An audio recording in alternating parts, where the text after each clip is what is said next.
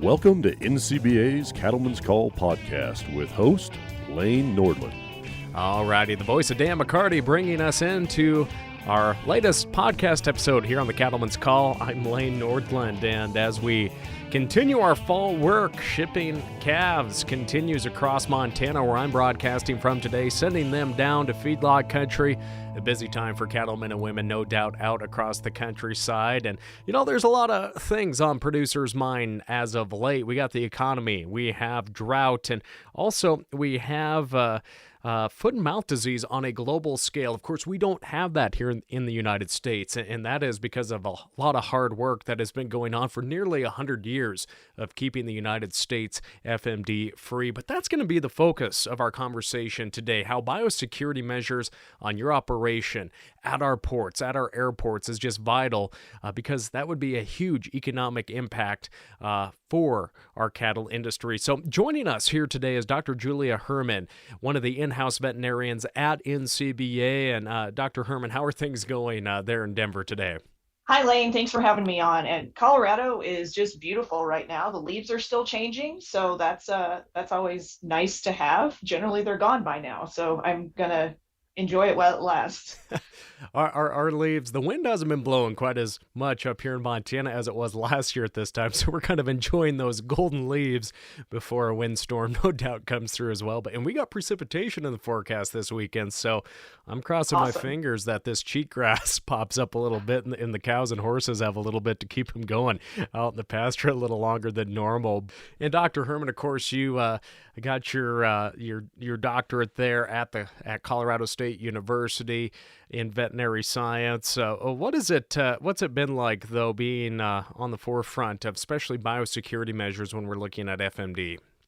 Lane, transitioning from, I was teaching at the vet school at Colorado State prior to joining NCBA. And so taking that teaching background and really applying it to it's a different audience. I'm teaching very similar things, but teaching it to producers and then also incorporating the veterinary world into what we're doing. It's been a fun challenge, and I've got to meet a lot of great people and have some great experiences, as we're going to talk about here in a minute. And one thing aside from our conversation around foot and mouth disease, though, is that need for veterinarians, large animal veterinarians in rural America. Have you seen an uptick in enrollment, not only at Colorado State University, but in our vet schools across the nation with youth trying to get more involved in especially that large animal vet? Are we helping solve the problem of this rural shortage of veterinarians?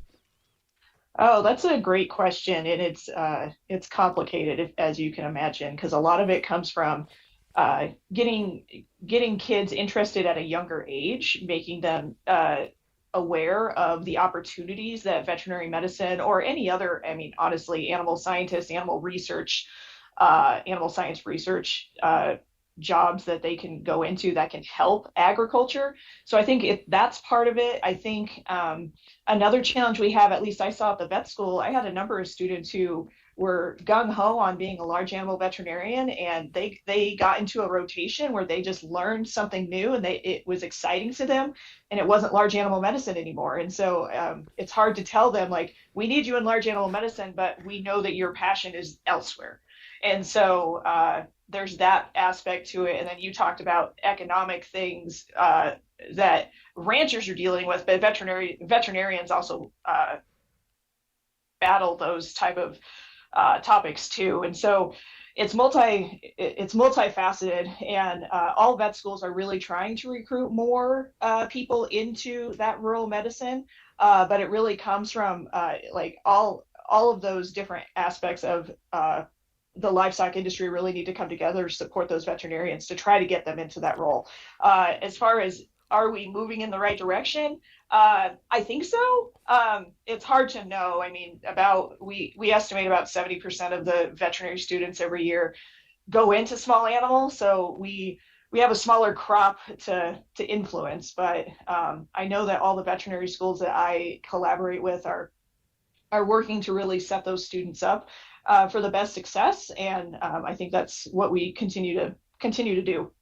And I know one trend that we are seeing from our animal science department at Montana State University, I'm on their Animal Range Science Advisory Committee, is so many more female veterinarian candidates going into vet school. I think that's a great opportunity as well. And honestly, I think there's more women going into vet school than we are seeing men, especially at Montana State's program, into that WWAMI program with Washington State as well. Am I correct in that analysis?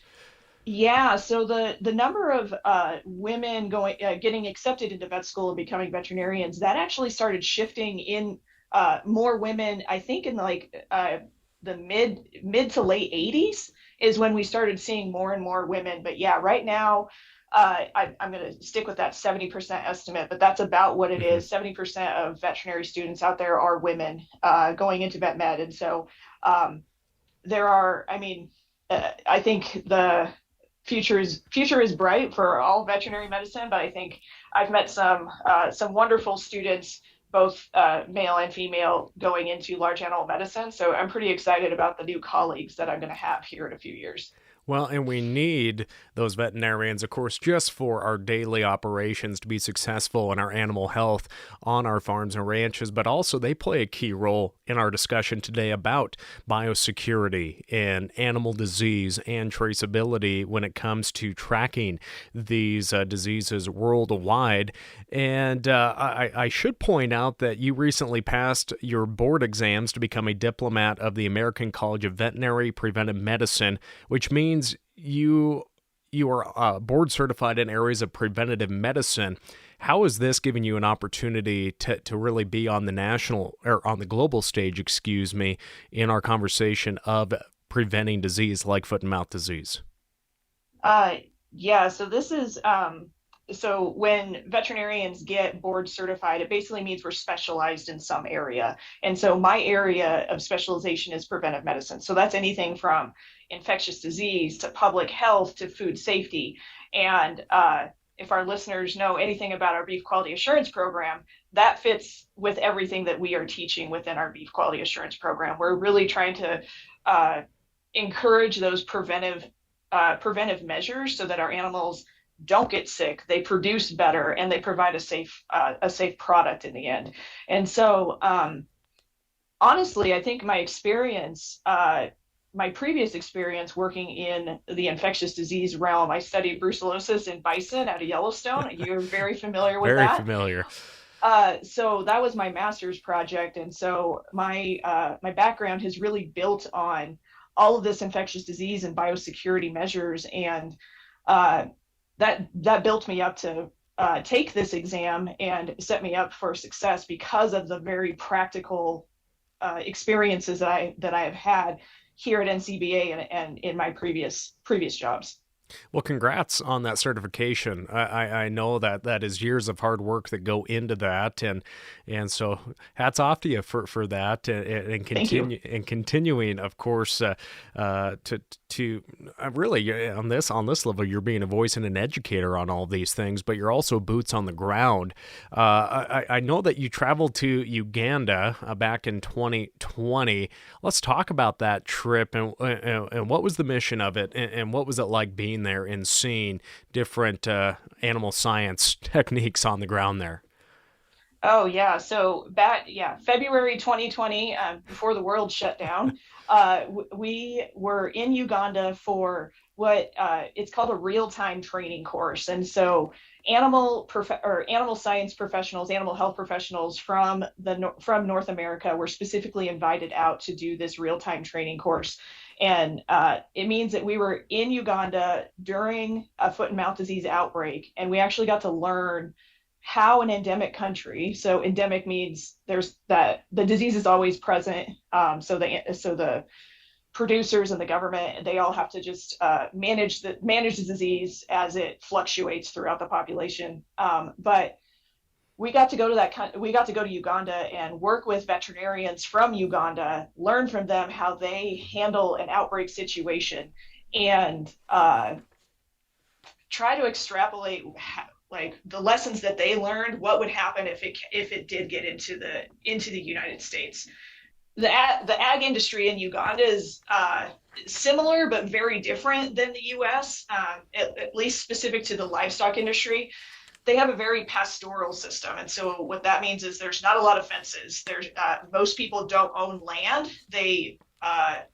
The herdsman stays with the herd as they're moving towards food and water sources. So there's a lot of commingling of different herds at those water and feed sources. And you can imagine there's a lot of wildlife in Uganda that also play a role in the transmission of foot and mouth disease. So the entire experience, it was hosted by Texas A&M University, the AgriLife Research, and the School of Veterinary Medicine and Biomedical Sciences. And we did this in collaboration with the European Commission for the Control of Foot and Mouth Disease. And so EU FMD, or the second one that I said, their entire mission is to go around the world and teach producers, veterinarians, animal health professionals how to identify disease, foot and mouth disease, test for it, and try to prevent it from happening again. And so we were really fortunate to work with these professionals who do this, I mean, literally on a daily basis in multiple countries, and learn from them to figure out how we can, again, take those lessons back to the U.S. if foot and mouth disease ever gets into the country. Now, I know it was 1929 is when the U.S. eradicated foot and mouth disease. And so when did it break out in Uganda, and how fast did it spread? Yeah, so Uganda, the first time that I saw that they found foot and mouth disease was back in 1958, I think. So back in the 50s. So it's been there for a very long time. And they basically have varying degrees of outbreaks depending on the year. Mm-hmm. So even though you have an endemic disease that's there all the time, you can still have an epidemic, and so that it's an increase in the disease, in the number of foot and mouth disease cases above what is expected. And so that's what we got to be in Uganda when one of those epidemics was happening in a specific region of the country. Now, what are some of the symptoms that cattle exhibit when they get FMD for our listeners that aren't too familiar with it, or it's been a few years since we took animal science class?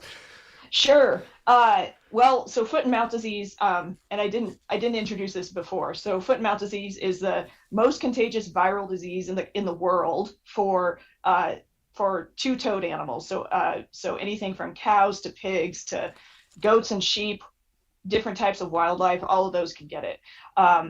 It's not a public health concern, so animals who are infected with this disease, the meat and milk is still safe to consume. And foot and mouth disease is not the same as hand, foot, and mouth disease, is what we hear in humans. I do get that question a lot. Symptoms are very similar in humans, but they're not the same virus. So foot and mouth disease, what we're talking about, only affects animals. But some of the signs, honestly, the signs are pretty ambiguous. It can be anything from drooling. You can get, the big thing is blisters or vesicles on the feet, in the mouth, or on the teats of the female cattle. Drooling, lameness, fever. Honestly, these are really ambiguous signs that can be the same signs that we see in common diseases in cattle, such as vesicular stomatitis, bovine viral diarrhea, or BVD, foot rot. A lot of these really common diseases show the same signs as foot and mouth disease. So one of the big takeaways from that is veterinarians are specifically trained that if we see any of these vesicular diseases in our ruminants, so cattle, sheep, or goats, or swine, we're required to report that to our state veterinarian, because we need to make sure that it isn't something bad like foot and mouth disease. And so it's really important for producers to have that relationship with their veterinarian. So if they do see something odd, that it gets reported and we find that out as quickly as we can. Now, seeing pictures of this in our textbooks or online or just reading about it is one thing, but being on the ground like you were, what did you learn about the disease that you didn't already know or wasn't quite expecting when you actually got to see the disease in person? Well, I didn't know what to expect, honestly, Lane. I mean, foot and mouth disease is just um, this big disease that we as veterinarians are like, we're just super concerned about, period. But seeing it in the animals, I think the big thing I learned was how pervasive it is once animals are already infected. And I also realized, I mean, I think we all know that cattle are very hardy animals, and um, they can go through a lot of illness or advanced disease before they even show what's going on. So some of the cattle we saw, that were infected with foot and mouth disease, they had these blisters on their tongue where, like, honestly, the top layer of their tongue just completely sloughed off, and they're still out there eating grass. And like, it just blew my mind that they were eating, when I know that that's got to be incredibly painful.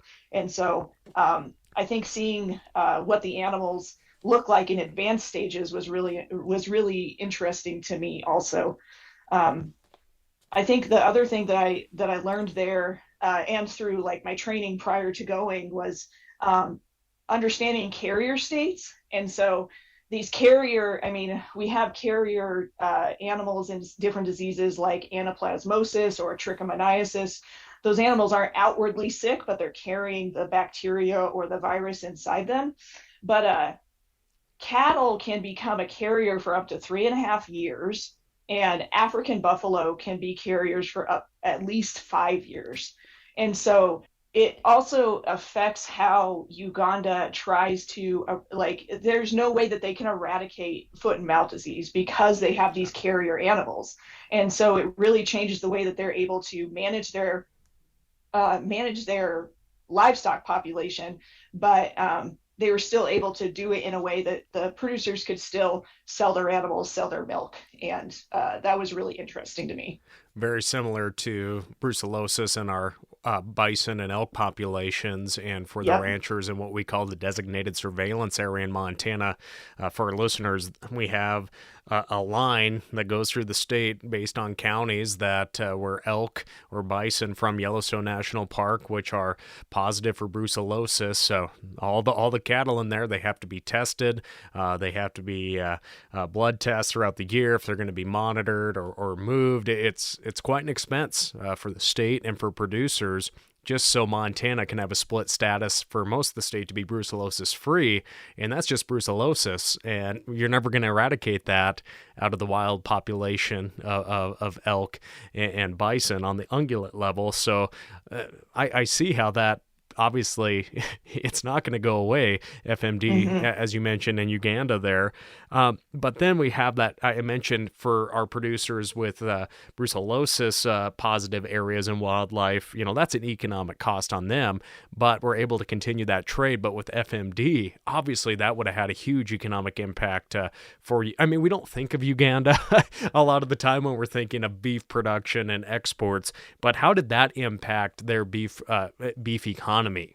Oh, so while we were there during that outbreak, they imposed a total quarantine on any animal movement and even animal products. So uh, within that district, uh, no producer was able to sell animals unless it was directly to slaughter.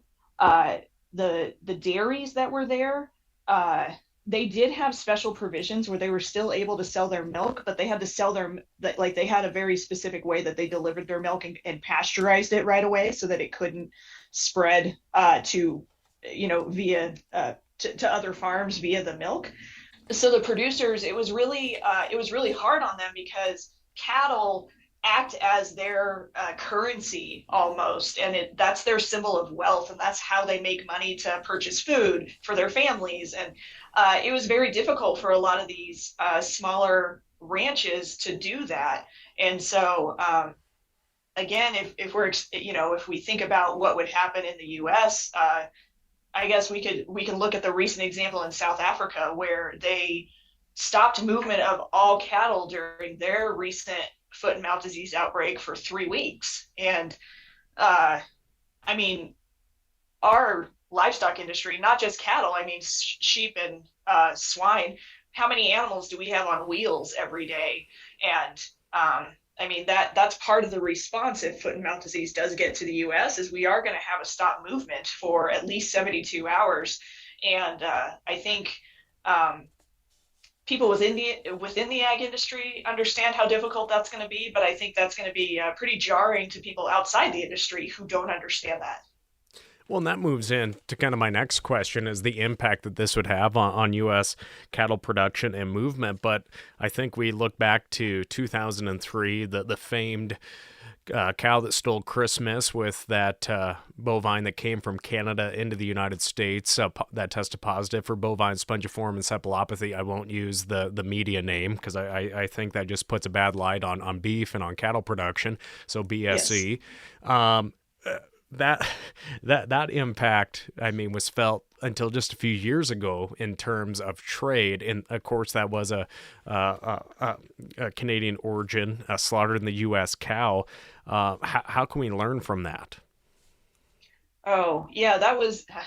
I think that's a great lesson because that was. And that wasn't even an animal, like you said, it wasn't, it didn't originate in the U.S. and we still had battled trade issues for years and years. I think the reality is foot and mouth disease is going to be way worse than that because of all the different species that it affects. And so if foot and mouth disease is even mentioned in North America, I think that our trade exports are going to stop immediately because all those other, I mean, it gets complicated, right? So it goes to, it used to be the OIE, the World Organization for Animal Health. Now they changed it to WAHO, WHO. They have specific designations for countries dealing with FMD. And so the biggest or the most valued status is FMD free without vaccination, which is what we have right now. And so if we what that does is basically allows us to export freely to countries who accept our product. But if there's a mention of foot and mouth disease in North America or the United States, all of that's going to stop. And I think we all understand how important the export market is to the cattle and livestock industries. So that's going to be pretty devastating. And proving like if foot and mouth disease is in the U.S., there are a number of steps that we have to do to prove that we don't have it anymore. And that can honestly take years. So the foot and mouth disease outbreak that happened in the UK back in 2001, I think, it took 4 to 5 years for trade to get back to where it was prior to the outbreak. And the UK is much smaller than us. And the amount of animals we have compared to what the UK had back at that time is, we just have so many more animals. So it's going to be, if foot and mouth disease gets here, it's going to be very challenging, one, to control it once it gets here, but then two, to prove and test that we don't have the disease so that we can get back to trading. It's going to take years. And I was reading that the impact on the protein sector could be $14 to $160 billion, depending on the time of proving that the disease has been eradicated or vaccines have been put in place. So that leads into what happens to the cattle population and the beef supply. Obviously, we're going to see a backlog or we're not going to be able to export this product. That's terrifying because we know what that will do to the markets. Yeah. Yeah, so there are a lot of people who have been working for decades on the response for if foot and mouth disease gets into the U.S. And what the USDA, so the United States Department of Agriculture, has a foreign animal disease preparedness and response plan for a lot of these, what we call transboundary diseases or foreign animal disease. So foot and mouth disease is on that. High path avian influenza that is wreaking havoc across North America right now. That we have a plan for that. So diseases like that, we have a plan in place for how we're going to test, how we're going to try to manage it. So USDA, our government officials, our state veterinarians or state animal health officials across the country, they're always preparing for this. There are a number of state vets offices who do mock outbreaks. So they pretend that an outbreak is happening, and then they go through, what are we going to do to transport these animals? What are we going to do to communicate between offices, between states? How are we going to get down to, the local veterinarian, the local producer? How do we get them involved? There's a lot of work that's already been done and a lot of protocols that are already in place. But the reality is it's going to be challenging regardless of how much we prepare for it. So I think the big thing, at least from all the workshops that I've been working on, including in Uganda, it's that collaboration. It's the collaboration between the government officials, the state veterinarians, the local veterinarians, the producers, the diagnostic lab.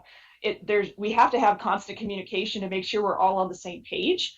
And I think that's where producers can really step up and really try to be proactive in preparing for something like this. So how are some of the countries, obviously you're very familiar with Uganda, but what are some countries doing to prevent the spread, to get it back in line? Obviously, we've talked about FMD with vaccine and those different statuses, but is there really much a country can do once it's done? And then we'll talk about what countries are doing to keep it out. But when we talk about the communication, how vital is it, especially with these countries that aren't as sophisticated when it comes to traceability standards? Yeah, and it's not just that. I mean, it's the infrastructure that different countries have and the support they have for outbreaks like this. We're very fortunate in the United States because we have a really robust food safety system. We have a robust animal health system. We're able to track a lot of what we do from farm to fork, as a lot of our that's what we discuss, not just in a marketing term, but just in an animal health and food safety aspect. But what I noticed when we were in Uganda is just the amount of government help that they could put towards identifying these outbreaks and testing and trying to get people to come in and vaccinate if they needed to. It was very difficult for them. And so their outbreaks, theoretically, they lasted a lot longer than they could because they didn't have that support system. And so I do think that's one advantage that the United States does have, is we do have that support system.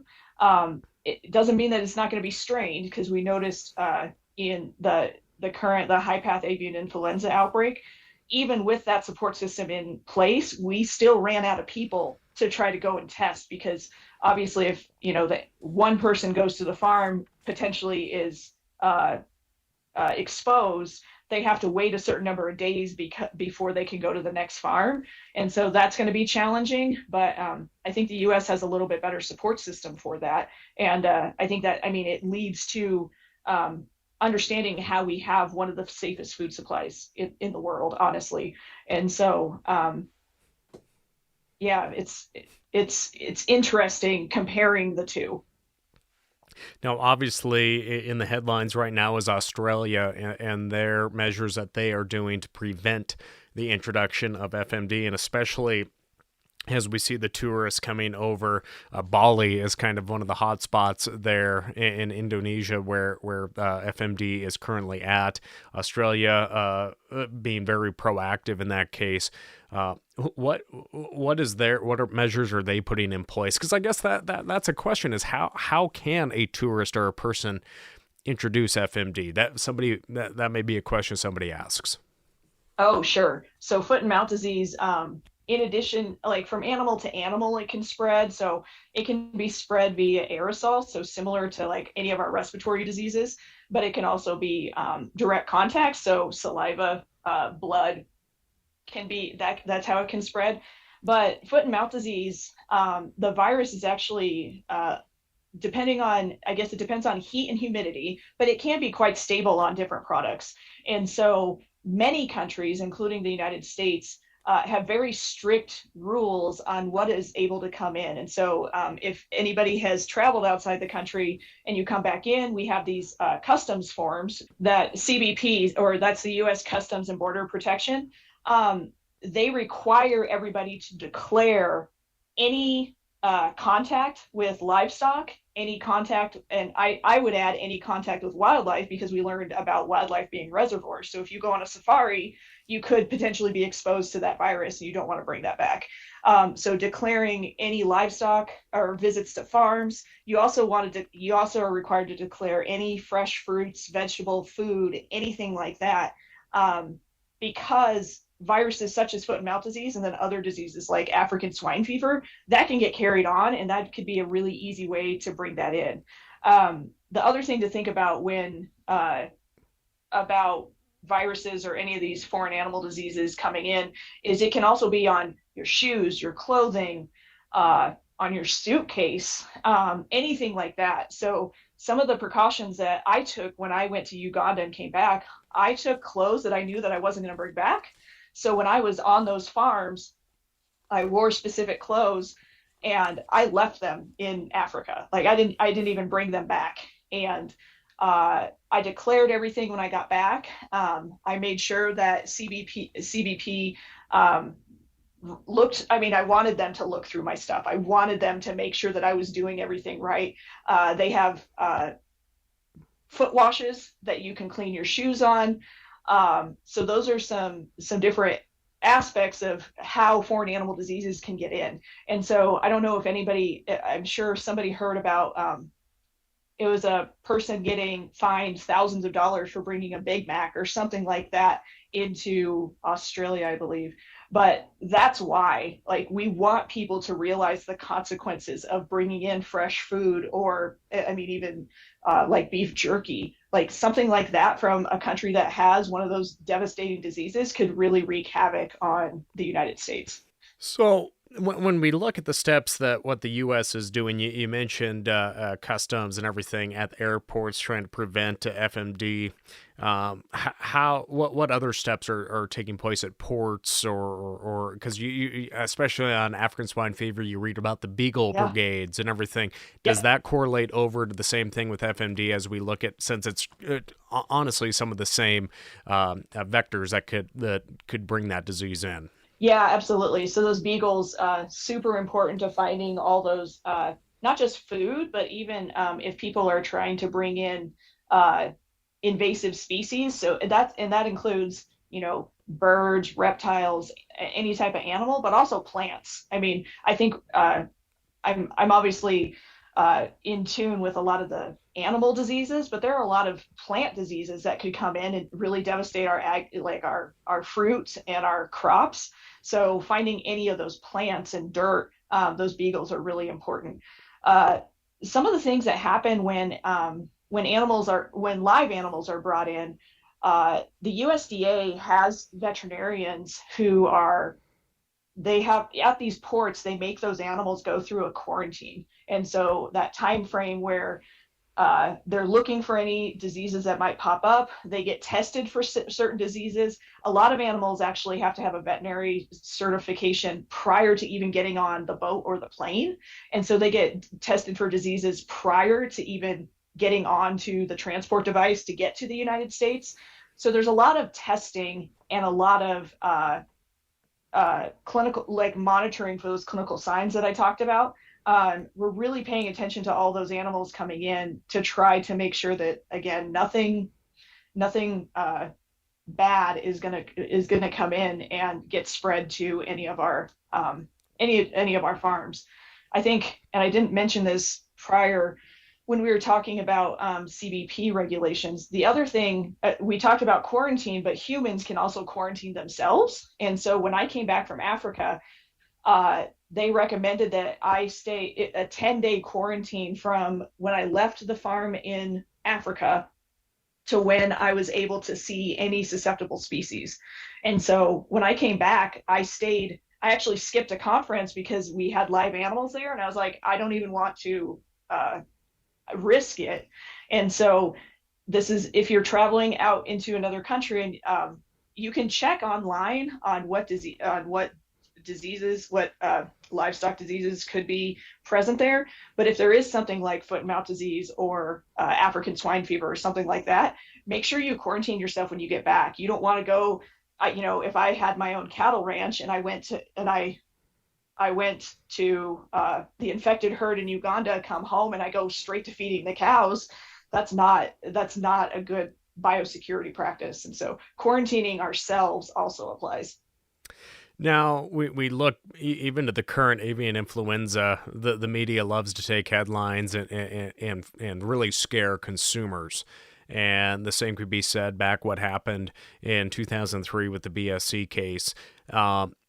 I guess that's kind of a twofold question. Obviously, there's a lot of Chekhov-funded research and tools in place to be able to let the beef industry and cattle producers go out and advocate and tell what is actually going on to combat what we know the mainstream media will do.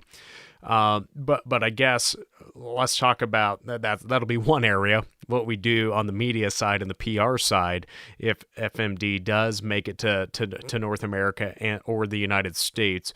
But what are the government and state protocols that will go into place? I know you mentioned the shutdown, no cattle moving for 72 hours. So what will the government on the state and federal response look like, and then what will the cattle NCBA response be to help tell consumers that, hey, the beef supply is still safe?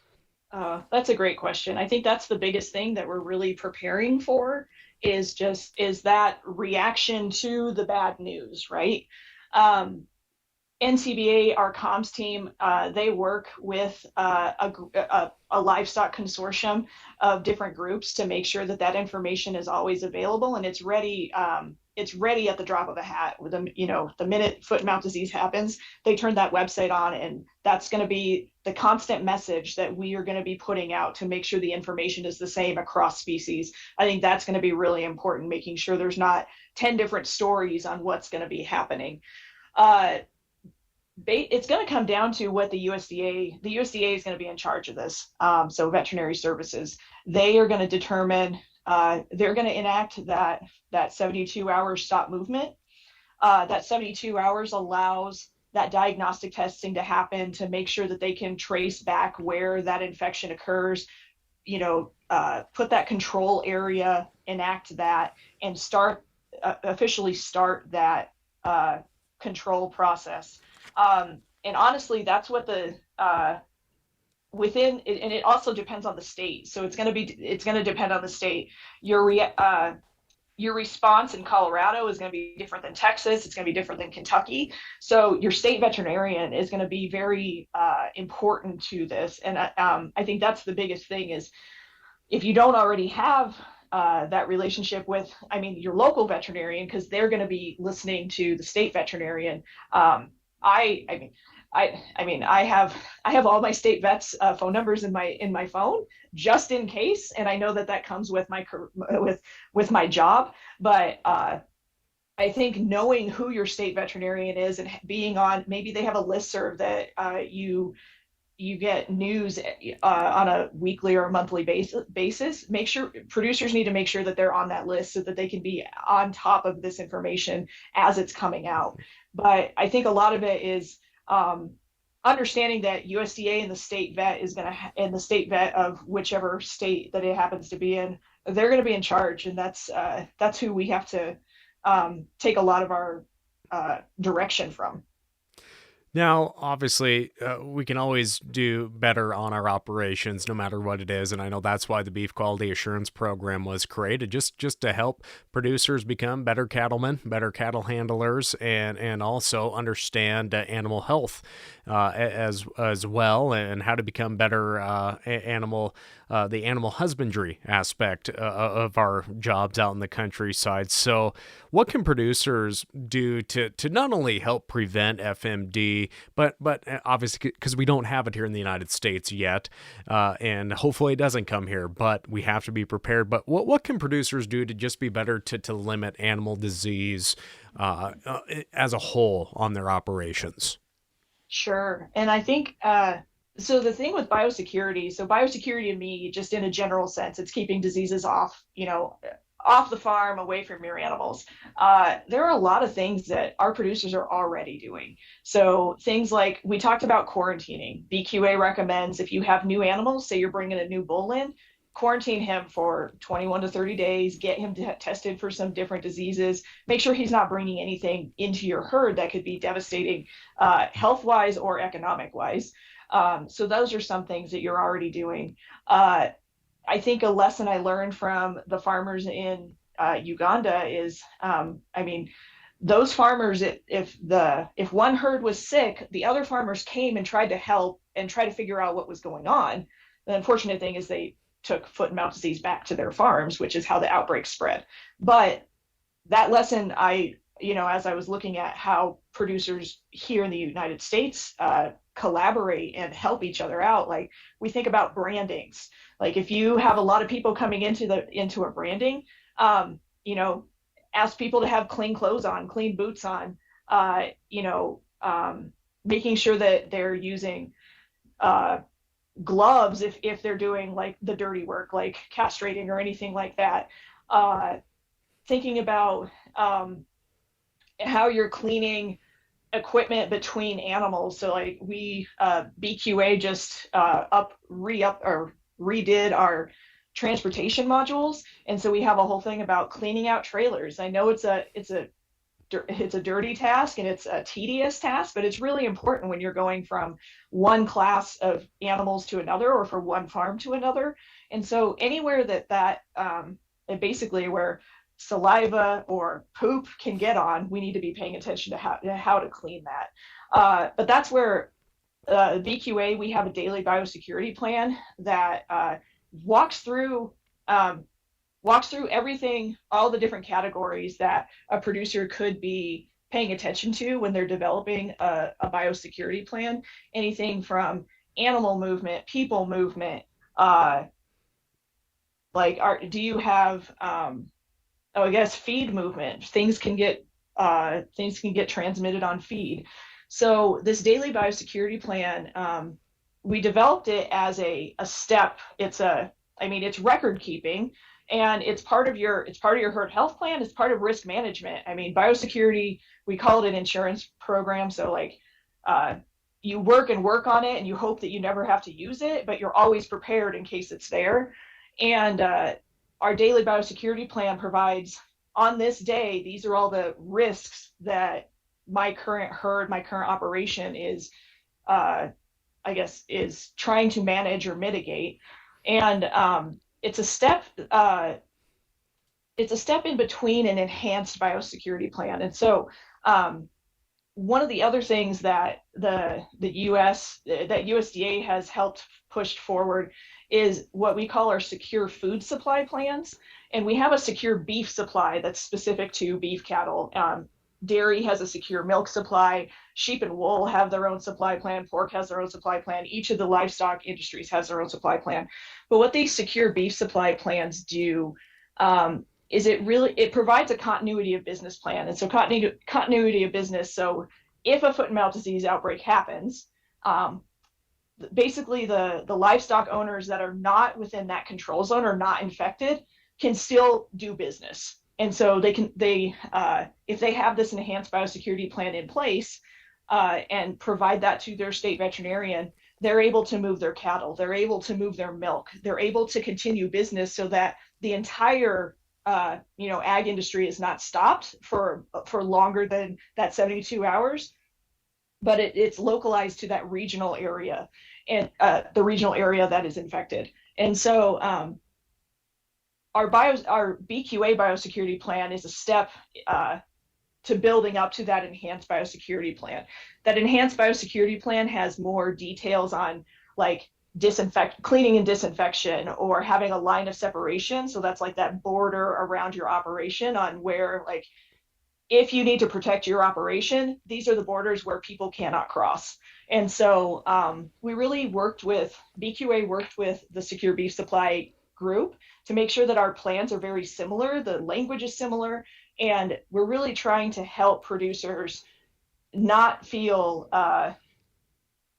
daunted to make these biosecurity plans, because it's really important from an everyday disease like we talked about with BVD, but also if foot and mouth disease came into the country, it's really important for all of us to have this, or I guess prepare for something like this with biosecurity plans. We encourage people to go through these with their veterinarian.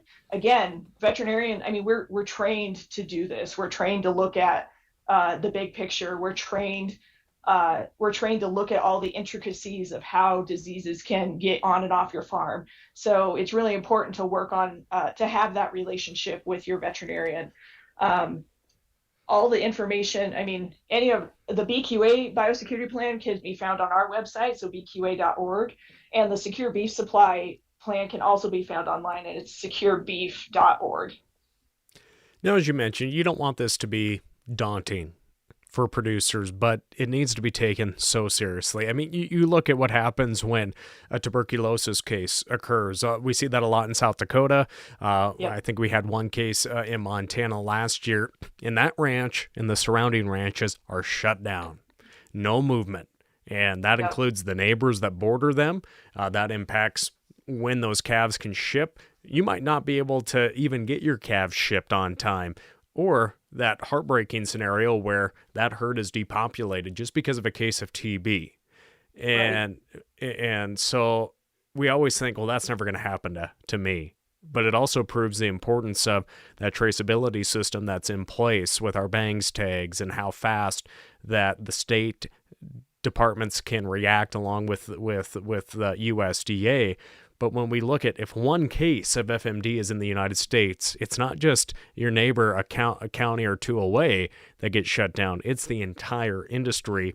And I want to stress again that online resource, and why folks should be BQA certified or BQT certified. I know that's rolling out as well. But again, why this certification, and why they should go check out that biosecurity website and just talk with their local veterinarian about what they can do better, just to have a healthier, cleaner operation. Yeah, I mean, BQA's foundation is continuous improvement. We're always trying to improve. We can always be better. We're always challenging ourselves to, we're looking at the newest research. We're looking at the newest guidelines, trying to make sure that we're providing those same guidelines back to our producers. And I think that's where our producers, I mean, we're always trying to add new information, and BQA is really, we talked about it before, it's really preventive health. And so anything from nutrition to vaccinations to grazing management, all of that is prevention. And not just prevention of diseases, but prevention of poor management. It all builds on itself. And so I think that's a really key part to being BQA certified, is you get all of that foundational information. And what we hope that people get through a lot of our resources is, maybe you see something. We actually have a biosecurity specific module you can go online to bqa.org and go through. But maybe you see something in there, be like, hey, I hadn't thought about, maybe this type of vaccine for my herd. I'm going to go talk to my veterinarian and see if it's something that I need to be paying attention to. Maybe it's you learn about a new, a new feed, or maybe a new disinfection protocol or something like that. And I know I nerd out on things like that, but hopefully some other people do too. But hopefully it's an easy way, maybe you find a new way to clean, or a newer way to have a practical way to implement these biosecurity plans. And that's what we hope. Like these are not prescriptive. These are these plans are customizable to your operation. And biosecurity, I mean, it needs to be practical. It can't be so strict that you're unable to go through your daily activities. And so I think that's also where having outside eyes come in on the operation is really important. I think they can provide a new view to your operation, be like, hey, what if you tried this? What if you tried this? And so not just your veterinarian, maybe you have an extension agent or like your BQA state coordinator, maybe, having somebody trusted that comes in and just be like, hey, what could I do to improve? And so that's what BQA is all about, continuous improvement. From a biosecurity standpoint, I think one of the lessons I heard from a colleague, Dr. Nick Lyons, he said that biosecurity is a verb, which means it's always changing. So your biosecurity plan now is not going to be the same as it is 6 months from now. And so I really encourage people that if once they get that biosecurity plan written down, to really reevaluate that at least once a year, because things are going to change. Maybe you go from a cow-calf herd to a seed stock operation. Those are going to be completely different biosecurity risks. So you really need to be paying attention to this on a at least an annual basis. But we're hopefully providing you those tools that make it a little bit easier and at least gives you a framework to work from. Well, again, these are so important, and I just want to reiterate, too, that BQA is voluntary. It's a voluntary program that you can participate in, but it's beef checkoff funded as well. The dollars that we pay into not only beef promotion, education, and research, this is a part of that promotion, and it's a part of research as well, and it's a way to make sure that the beef supply chain and consumers continue to enjoy beef and understand how healthy and safe it is, because if it does hit the U.S. mainland, this could be a horrible PR crisis. As I mentioned, we think of 2003.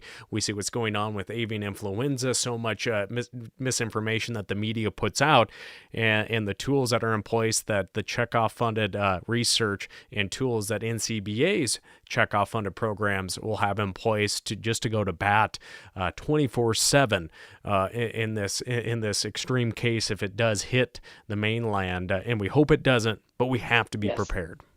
Absolutely. Yep. I think again, it comes down to collaboration. We all need to, all of us at every sector of the beef industry, every level of the beef industry, we all need to be prepared. And I think the only way that we're going to get out of a foot and mouth disease outbreak, if it makes it to the U.S., is working together, because that's it's gonna be complicated. It's gonna be challenging, and teamwork is the only way that it's going to work out. And a lot of heartache out in the countryside along the way, too. And again, 1929 is when FMD was eradicated from the United States, and that was not a great time for producers in the countryside that lost their herds to make sure that eradication takes place. So there's so much that we can do to make sure that the disease remains out of the United States and North America as well. Dr. Herman, anything else that you would just like to share with us before I let you get back to your day? I just appreciate the conversation. I think this is it's important, and it doesn't have to be as big as foot and mouth disease. It can be as, it's that your everyday steps that you're taking to protect your animals, protect your operation. Those steps will apply to the bigger picture, and I think that's looking at it in small steps and small increments makes it a little less daunting. And I guess I really encourage people to have that resource team, that veterinarian, extension agent, state coordinator, anybody to come help them, not just on biosecurity plan, but just a herd health plan in general. But I think all of this can, looking at it, how the information overlaps with herd health, but also if you develop an emergency action plan, your the biosecurity plan information directly applies to an emergency action plan. So I think it's looking to see how when you're working on one thing, it actually applies to multiple aspects of your operation. But the producer education team here at NCBA is always looking for ways to help the producer, make their operations run more efficient, make it go smoother, keep their animals healthy. I mean, that's who we're here for. And so if there's any questions or any ideas that people have, I'm happy to talk with them about that. I guess I did want to mention the same group that took me to Uganda. We're actually having a virtual conference where producers are even invited if they're able to. It's a CE event, an online CE event that's happening in December. But it is hosted by Texas A&M and EU FMD. It does have a fee to participate, but we would really like to have some producer participation. So if anybody's interested, they can contact me. My email is jherman@beef.org. But collaboration, that's what we're here for. Well, again, I think we had a very good conversation of a very scary possibility, but biosecurity and collaboration will be key in preventing it or helping contain it as well. Again, Julie Herman, DVM, one of the in-house veterinarians there at NCBA, and as she said, more information can be found at bqa.org. Thank you so much for joining us and sharing your firsthand experiences with foot and mouth disease and all the efforts that are going on, not only here in the United States, but worldwide at helping prevent and contain this horrible disease. Thank you, Lane.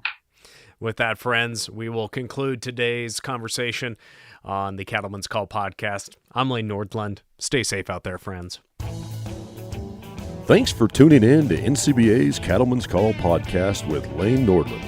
For more information, visit ncba.org and make sure to subscribe to the podcast today.